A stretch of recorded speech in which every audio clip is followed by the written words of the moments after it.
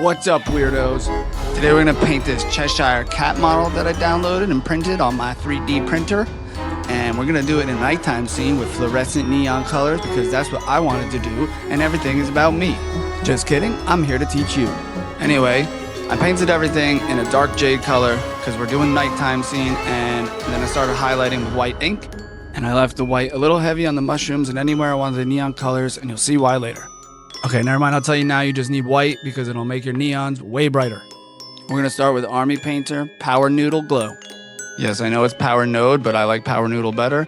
I'm using a pumping action on my airbrush, as you can see there, because I'm trying to get less paint at once, because if you get too much, you do too heavy of a layer, you're gonna get the paint just flake right off, and you're gonna have a big pain in your arsehole later. To get more vibrancy and saturation and just brightness out of the fluorescence, I layered the pink and then I would do orange over it. And then if I did orange, I would do pink over it because it just makes for a nicer, more brighter, saturated pink and orange. I know I am not using a fluorescent yellow right now. I was using a regular yellow by Vallejo, but I am going to use a fluorescent yellow later, and I'll show you and tell you why. I had to hand paint a few little details on this, even this little tiny skull right there under that little branch. You see that thing right there? Yeah, the little skull. I don't know why it's there. And then here we go. Here's my problem. The shit started flaking off because I did too heavy of a layer. Don't do it. Look on that yellow thing. See that right there? Boom, dead. I had to redo it all over again. Sand it down, white, then your neons again. Thin layers, thin layers, thin layers. Oh, Power Noodle Glow again. Now I'm using a fluorescent yellow. Okay, you happy? Stop yelling at me.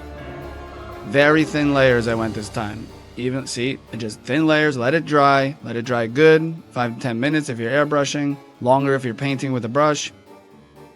Then the trick is to use matte varnish over everything to protect it. It's a non-negotiable. I added some fairy dust because I'm a little fairy. Next, we had to paint these little tree friends in the side of the model, these two little Mormon house mice. I'm adding a little glow behind them, like they have a little studio apartment in there. It's cute. They got their lights on. But these are the colors I used. Huh? That's definitely not mine. I don't know how it got there. I'm gonna hand paint these because they are literally the size of my pinky fingernail. Not my toenail, my fingernail. Not mine, I swear to God. Again, these mice are the size of the first digit of my pinky. And boy, was it a pain in the arsehole once again to get in there and paint. So I'm sorry that there's not a lot of detail. Stop yelling at me. What do you want? Unless you're a professional miniature painter or a perfectionist, don't go crazy on the detail on little pieces like this on the model because it's not a primary part of the model. Nobody's going to look at it that deeply. I used black violet instead of black for their pupils because I don't like using black if I don't have to. And boy, did I nail that pupil right on the head. Come on, be proud of me. I have hemorrhoids. I got problems. No, for real, back to it. I went back to the base and did an underglow under the tree, like the neon was shining up under the tree, make it more realistic. I'm using this airbrush, just if you want to know. This is one of my newer, harder and Steenbeck airbrushes. It's the Infinity Electrusion CR Plus Lamborghini Murcielago 2.0. Just kidding. It's a Harder and Steenbeck Evolution CR Plus. I have two of them. I'm fancy. I love this airbrush. It's great. I recommend you have a higher tier airbrush if you airbrush a lot, a low tier one, and something in the middle. Okay, now I'm gonna paint the pussy. I used way too many purple paints to count. I'll list them in the description. Just make sure when you're using your fluorescents, you shake the ever-living shat out of them.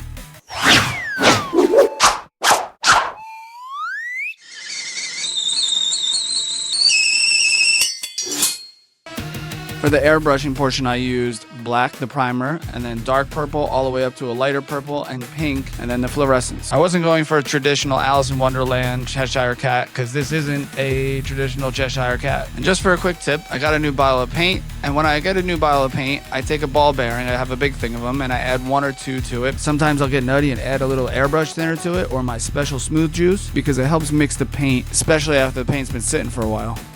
I took that same deck tan color and a really fine point brush and I painted his little chompers with it, and then I used that pixie pink to paint his gums. Deck tan's good because it's the off-white color. I like using it rather than pure white. It's good for eyes, eyeballs, nails, testicles, etc., and kind of set out aside. I just farted. I don't know what I was going to say because I farted and it distracted me. I'm sorry. Oh, I was gonna say, I flooded the pixie pink with some water so I could get in between his teeth and do the gums. It's a very good technique.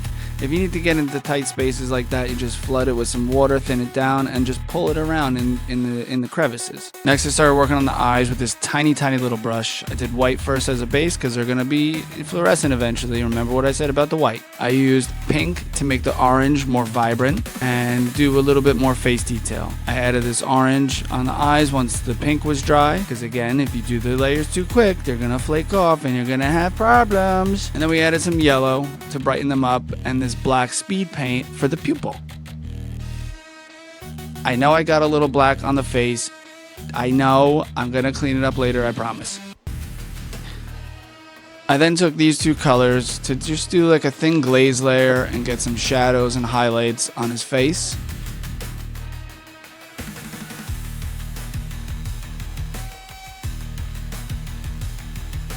And then I took some Murder Scene, my fave, and I tried to get underneath where shadows would lay under his fur with it. And then I took some of this familiar pink speed paint and brightened up the whole entire cat.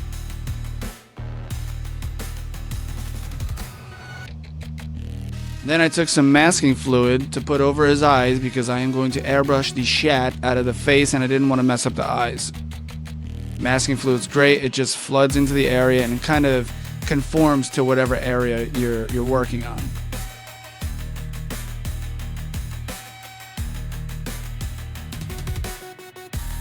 Then I took a couple different colors. I started with some purple ink and I made a gradient from the base of the tail to the end of the tail, from dark to light colors.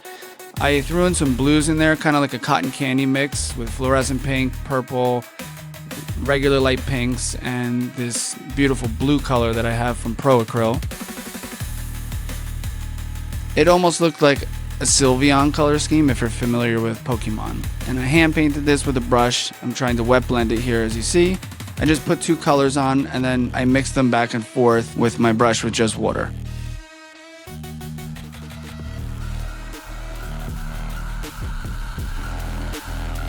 Then I took some more Power Noodle Glow. I did some highlights around his fur.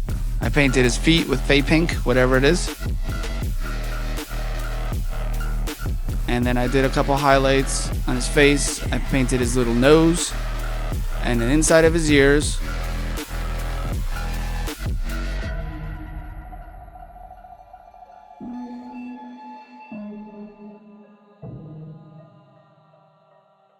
I used this fairy pink to go onto the tongue. I decided to switch things up last minute. I painted his tongue a jade green, kind of like the tree color. And then I took some Nolan Oil shade from Citdel to give it some depth. And then I took my airbrush again and finished up the eyes, adding some OSL, some object source lighting, to make it look like the eyes were actually glowing and the light was bouncing off the cheeks. I did white, then neon orange, white, neon yellow, back and forth until I was satisfied with how much glow there was. And then we peeled that mask off. I just realized when you peel the liquid mask off, you're gonna have to fix a few spots because the paint's gonna be a little higher or lower where the mask was and wasn't. And it's not a big deal. Sometimes you could even just rub the paint down with your finger. Not a big deal. And then for finishing touches, I took some yellowy speed paint and went over the teeth to make them look gross. And I took the fairy dust again and went over the tongue and the tip of the tail to give it some more sparkle and sheen. It almost gives it a color shift effect. Here we go. Let's put it together.